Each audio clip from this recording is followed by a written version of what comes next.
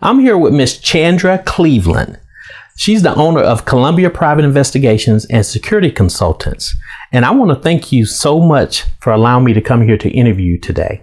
And for the listeners that don't know you, can you tell us a little bit about yourself and where you're from? Okay, my name, like you said, is Chandra Cleveland. I have over 35 plus years in law enforcement. I'm originally from Columbia, South Carolina. I am the sixth child of 7. I'm the baby girl. It is 5 girls and 1 boy. I have been in the field, like I said, for 35 plus years in law enforcement and started my own business 16 years ago, Columbia Private Investigations and Security Consultants.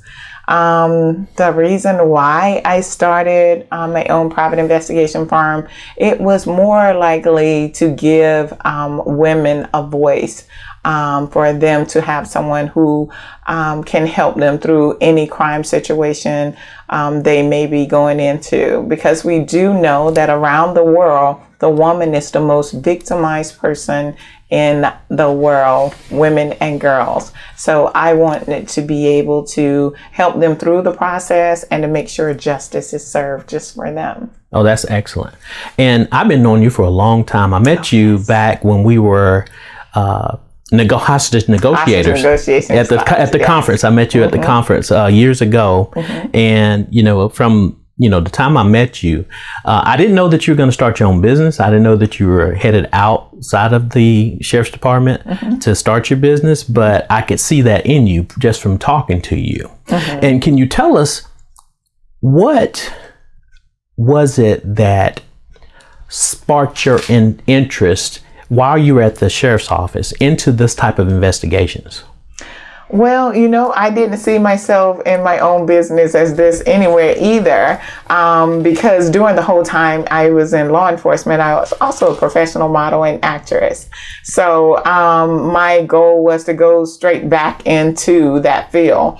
But some things happened during my law enforcement career where I saw big victimizing of women and girls all throughout the history. And it just made me be more sympathetic towards it. And as I work with women victims and girl victims, I would take it beyond that case of that duty on the job. I would go back to them after hours and then make sure they understood the criminal justice process, what it was going through, and all the other resources that are available to help them through this ordeal.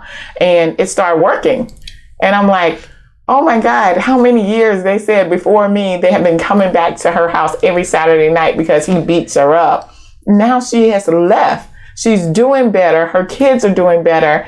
And, when it came to that, I was like, okay, I know exactly what I can do. Now, going into this type of business, were there any fears for you? Maybe, how people have these fears of starting their own business and they let that fear overcome them.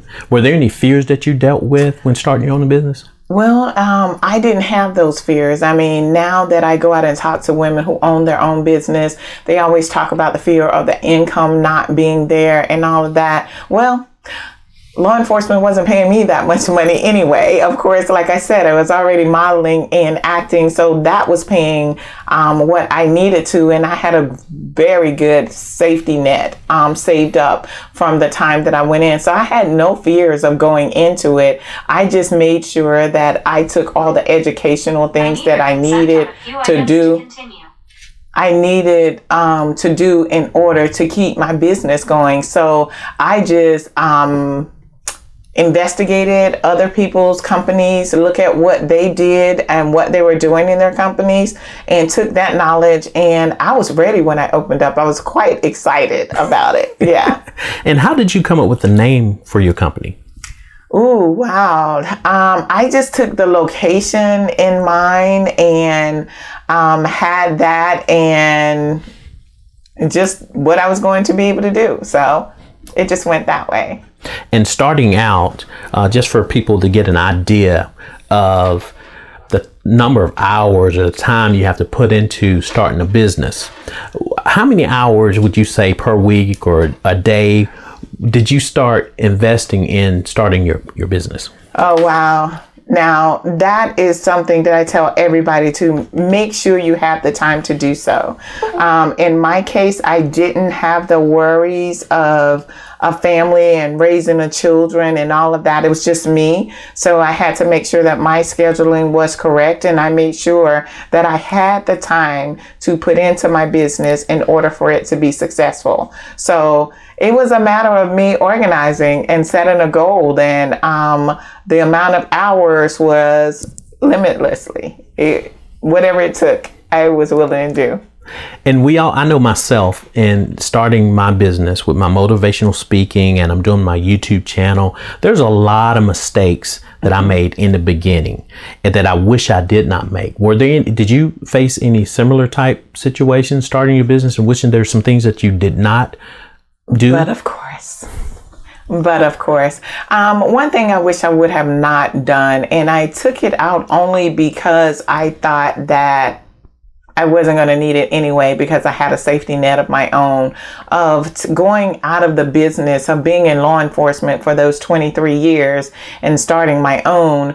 I thought that, okay, I will take the money out of retirement. I'll use that. I'll keep my money in the savings nest where it is and not touch it. I wish I wouldn't have done it like that. I wish I would have taken it from my savings account and not close everything out of my retirement and 401k and then having to start a whole new one all over again. That's some good advice. Mm-hmm. And from this point on, how do you plan on growing your business into something else? Definitely. I am growing my business with an upcoming proposal that I'm doing now. I will have my own TV show. So my TV show and my business of what I do and the trainings I provide for communities will truly grow. So of course, the training that I'm giving and hiring new people to come on board with the same type of attitude, because this business is just not for everyone. You really have to feel it. This is just not another job. It has to be a passion or a mission for you in order to do what I do every day. And since you mentioned your show that's coming up, how soon are we looking to maybe see you on your show? Next fall. Mm-hmm. Wow. Mm-hmm. Yeah. That is excellent. So and like I said, I remember when you started your business years ago, and I mean, look at you now. Look how successful you are now. Yeah. I look at things, and of course, when you're doing a business, you don't track your own success. It's later on when people come to you and say, wow, you've done this, and you sit back and you're like, I did that. So it has been something, but I am very excited about it. This is what I do. And even if it wasn't a TV show, it is what I do. And with that, what do you attribute to your success? Being passionate about my job. Making sure that I keep up with the knowledge and the skills of my job. Staying educated about what I do. And taking that extra step to treat people as I would want to be treated. And what activities would you recommend someone that wants to follow in your footsteps? What would you recommend them do if they wanted to either start a business, investigative service, or just start a business in general, or just do something that they have a fear of, wanting to do, but because of the naysayers, they hold themselves back? What advice can you give someone? Do it anyway. Do it anyway, but get knowledge of it. Make sure you know what you're doing. Make sure that you know what it takes in order to do that. Talk to people who have a business, such as myself, in that field, and talk to more than just one person. Get them to tell you a little bit about what they do and how they got started. That will help a lot. And I'm curious, where do you get your entrepreneurial spirit? Were your parents entrepreneurs, or where did this entrepreneurial spirit come from? It came from within myself because I was an entrepreneur ever since I was 9. I was a professional model ever since I was 9. I had a manager and just trying to keep my money and everything together. My mom and dad worked for someone else.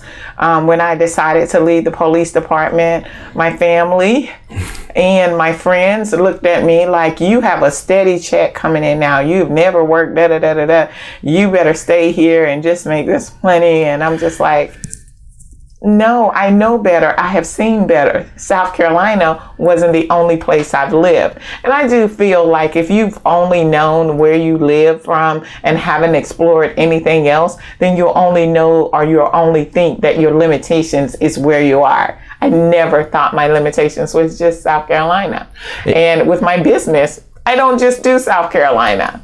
Yeah, I do all international. I have trained law enforcement in Pakistan. I have trained social workers in India how to respond to sex trafficking. I have trained different military posts from Alabama to Atlanta to Texas on how to respond to sex trafficking and what missing looks like and what you need to do in the first 24. So, yeah. Wow, that is excellent. I've seen you, do all that, and you just recently have your certified human trafficking. Yes. I am the first certified human trafficking investigator in the state of South Carolina. And you know what? I just do not go for all of these firsts, but my sister is like, girl, how many more firsts are you going to get? You were the first female officer to win Officer of the Year for the state of South Carolina. I was the first and the youngest female to be Internal Affairs Inspector at the police department. I was the first one to open up a security company and own it 100% as a female in South Carolina. And I didn't know that until they had me on MSNBC and they did the lookup of everything and they told me, and I was like, really? She was like, yeah, usually it's the woman owns 51% and the husband owns this, and she does not have the law enforcement background, but you are the first one to own it 100% with no partners. And I was like, okay. Okay. Just hearing you, and like I said, I know a lot of the stuff that you're talking about, and I've seen you grow over the years, but you never let anything stop you. You were just always just headstrong about making it in life. I mean, just like I said, ever since you left law enforcement, and even while I was there, it wasn't a picnic, and I don't want anyone to think that I got it easy while going through, while being a police officer or doing what I do. I had to prove myself on every end. I am a fighter. I'm a track star. So, I mean, everything that I did and everything that I earned, I got it legitimately. I always asked questions, even though it was put in that this was a rule. I needed to know why. I needed clarification, because sometimes, even though something is set as a rule, an outside person can look into it and say, well, wait a minute. More than likely, I'm going to break that rule. So we need to say some other stipulations. And that's what I was doing each and every time while in law enforcement and doing what I do and starting a security company. Honey, I went to SLED almost like, y'all need to redo all of this. This is too flimsy in order for a security company. If we're going to have all of this rights to do the arrest and everything else, we got to be better than this. Y'all need to implement some more things. So they did take that into consideration. And some of those things were now implemented. Training is a big deal to me. Make sure that you picked up that gun other than the first time that you were issued it. Right. And, I will say this, from over the years I've known you, I know we went to dinner, we were at a conference or something in Columbia or Charleston or somewhere, and we went to dinner or whatever.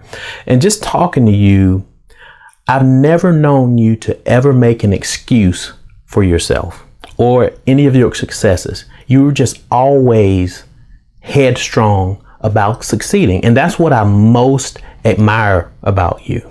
I mean, you're just a very headstrong woman. And that's That says a lot. And I know that your story is going to inspire a lot of women in particular, obviously men, but I know it's going to inspire a lot of women in particular to, get out there, face those challenges, do what it is you want to do in life, do your calling.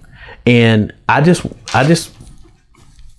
you're just a big inspiration, and I'm so glad I got to come down and meet with you. And I know you're a very busy woman, but I just wanted to at least say that I do admire everything that you've done. Well, Joe, I really do appreciate that, but I want you to know I want more women to be like me. I want them to be informed. I want them to take whatever job they take it on with the knowledge that they know that they can do it and that it is meant for them to do it. I mean, it goes over and over again that I see different women that came into the department. I would be the first one to welcome them. If you need anything or you have doubts about anything, here's my phone number. Call me. I will talk to you. They would look at me like, really? Yes, I will do that, because there's so many people who are going after things that you want to do. And when you see other women that's out there who are trying to do what you did, you can't take that experience with you when you die. Absolutely. Share it with someone else who can use it and keep it going in honor of you taking time to show them. And we don't have enough of that happening. Right. And I try my best to do it every time that I am available to do it on my busy schedule. That's absolutely excellent. Yeah. And for the folks that want to get in contact with you, how do you market your business? How can they get in contact with you? Joe, everybody asks me about this marketing thing. I did not do too much marketing. It really was all of word of mouth. I have been on television as the expert in certain crimes against women and girls and talking about it. And I guess those opportunities for me to speak in front of different TV stations and offer different corporate conferences to go out and speak, it got out that way. But I have never really advertised anything. I have never paid for a billboard. I have never paid for any marketing materials or anything. It has all been a word of mouth. I have this past year, I guess in 2008, my security company was chosen to be the one to do the presidential debate. And from that first day, when I tell you that I went through everything to make sure I did everything right, I went through everything. That was the longest month of my life of preparing for the presidential debate. On that day, I did so well, they put me in charge of security to make sure everybody got all the updates that came out. So I was looking at the video the other day, and I'll share a part of the video with you. I have done all the presidential debates for any presidential candidate that comes to the state of South Carolina ever since. Wow.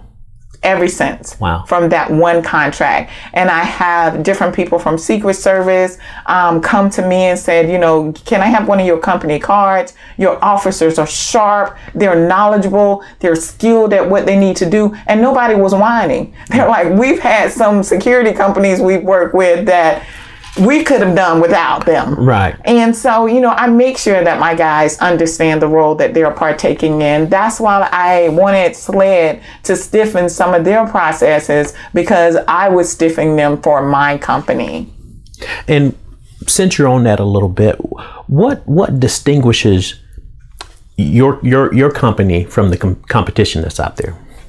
I go beyond the training that is expected. Whatever SLED gave us, for qualifying, I go beyond that because I know it's needed. That's not all that's needed in order to make them a good security officer or a good security consultant that can come down and tell a corporation what are their weaknesses in their industry. So I make sure that they are trained on situational awareness. They are trained on workplace violence. They're trained on homegrown terrorists. So those are extra trainings I put in that are not even required in SLED's training. So I make sure that I go out and I get the best, and I make sure they're going to stay with me. Going above and beyond.